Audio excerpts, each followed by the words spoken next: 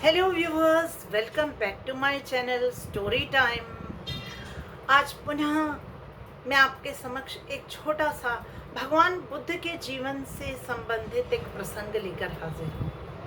एक बार भगवान बुद्ध अपने शिष्य आनंद के साथ नगर के दूर किसी विहार में ठहरे हुए थे। वे वहाँ नित्य प्रवचनों का आयोजन करते थे। नित्य बहुत से श्रोता उनके प्रवचनों को सुनने के लिए आया करते थे।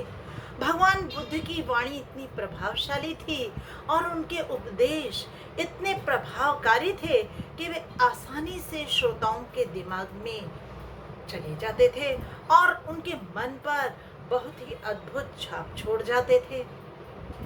एक बार ऐसे ही प्रवचन देने के बाद भगवान बुद्ध ने कहा, जागो, समय आ गया है।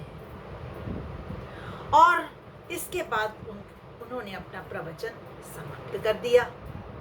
प्रवचन समाप्त करने के बाद उन्होंने अपने शिष्य आनंद से कहा, चलो आनंद, थोड़ी दूर तक घूमकर आते हैं, देखते हैं नगर वासियों का नज़ारा और थोड़ा नगर का भी नज़ारा देख लेंगे। ऐसा कहकर वे अपने शिष्य के साथ नगर के विहार के लिए चल पड़े। किंतु विहार से उस समय बहुत भीड़ निकल रही थी। श्रोतागण प्रवचन सुनकर एक एक कर जा रहे थे, अतः बहुत भीड़ थी। इस कारण थोड़ी दूर चलने के बाद महात्मा बुद्ध ने आनंद से कहा, क्यों न हम यहीं रुककर थोड़ी देर ठहर जाते हैं और थोड़ी देर बाद ही यहाँ से चलेंगे। पहले भीड़ को जाने दिया जाए, सभी नगरवासी आराम से चले जाएं, तब हम यहाँ से चलेंगे। अभी वे वहां खड़े हुए थे कि थोड़ी ही देर में उनके पास एक नर्तकी आई और वह बोली, हे तथागत, आपका बहुत बहुत धन्यवाद। आपने मुझे आज सचेत कर दिया।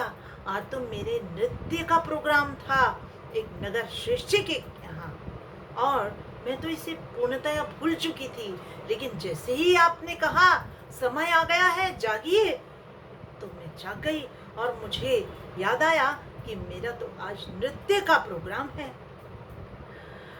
ऐसा कहकर वह नर्तकी वहां से चली गई। इसके बाद एक डकैत वहां आया और बोलने लगा, हे तथागत, मैं एक डकैत हूँ, आपसे कुछ भी नहीं छुपाऊंगा। आज के लिए मैंने एक जगह डाका डालने की योजना बना रखी थी, लेकिन मैं अपनी योजना आपके प्रवचनों में खोकर भूल गया था। लेकिन जैसे ही आपने कहा, जागिए, समय आ गया है, तैसे ही मेरी तंद्रा टूटी और मुझे याद आ गया कि मैंने आज के लिए अपनी योजना में कहीं डाका डालना था। तो मैं उठ खड़ा हुआ। आपका बहुत बहुत धन्यवाद कि आपने मुझे सचेत किया। अब जब वह डाकू चला गया तो थोड़ी देर बाद धीमे धीमे चलता हुआ एक वृद्ध भगवान के समीप आया। उसने उन्हें प्रणाम करते हुए कहा, मैं आपका बहुत बहुत आभारी हूँ।